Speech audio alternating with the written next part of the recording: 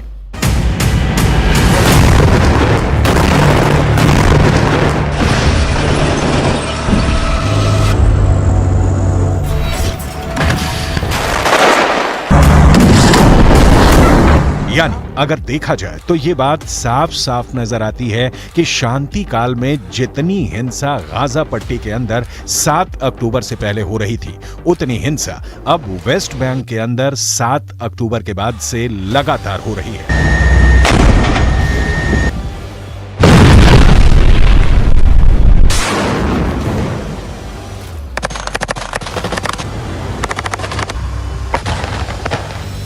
और ना सिर्फ इजरायल के सैनिक वेस्ट बैंक के फिलिस्तीनियों को अपना शिकार बना रहे हैं, बल्कि इसके अलावा भी वेस्ट बैंक के अंदर फिलिस्तीन भी आपस में बंट रहा है।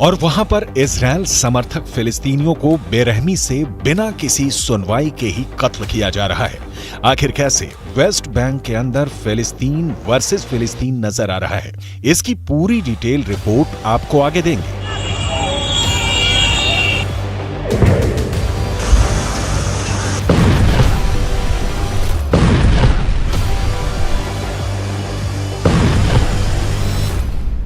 लेकिन सबसे पहले हम बात करेंगे किस तरह से वेस्ट बैंक के अंदर बीते 24 घंटे में एक ऐसा खूनी गदर मचा जिसमें 6 फिलिस्तीनियों को इजरायल ने मार डाला।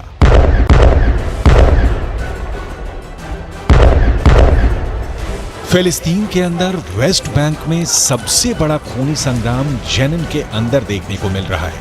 ताजा घटनाक्रम भी जेनिन का है, जहां पर इजरायल की सेना घुसकर एक्शन ले रही थी।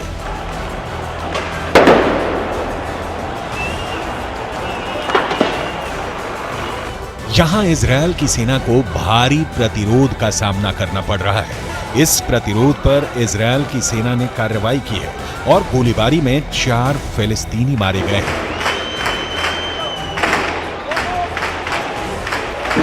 फिलिस्तीन के अखबारों में एक रिपोर्ट आई है कि फिलिस्तीन के वेस्ट बैंक में मौत का आंकड़ा 250 को छूने वाला है।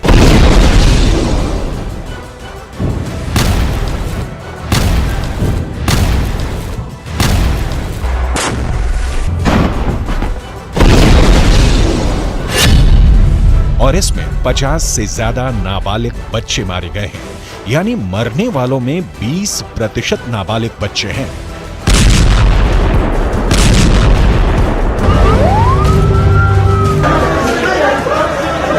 जेनिन के अलावा रामल्ला में भी एक जबरदस्त झड़प हुई है, जिसमें 25 साल के एक फिलिस्तीनी डॉक्टर की हत्या कर दी गई है। इसके अलावा रमल्ला के पास अल बिरेह में भी एक फिलिस्तीनी की हिंसक झड़पों में मौत हुई है।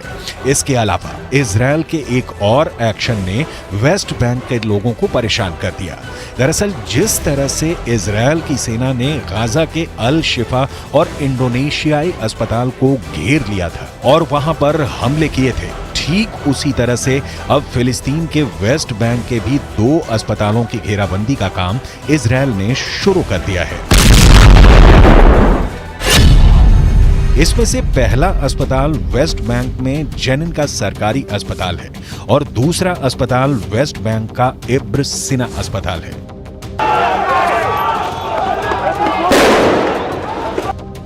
इन दोनों अस्पतालों को इजरायल की सेना ने घेर लिया है और इसका मतलब ये भी है कि इजरायल को ये शक है कि क्या जिस तरह से गाजा पट्टी के अंदर अल शिफा और इंडोनेशियाई अस्पतालों को आतंकवादी हेडक्वार्टर के तौर पर इस्तेमाल कर रहे थे, उसी तरह वेस्ट बैंक के अंदर भी इन दोनों अस्पतालों को चरमपंथी अपने हेडक्वार्टर की तरह इस्तेमाल कर रहे हैं। इससे पहले जेनिन की एक मस्जिद पर भी इजरायल की सेना ने हमला किया था।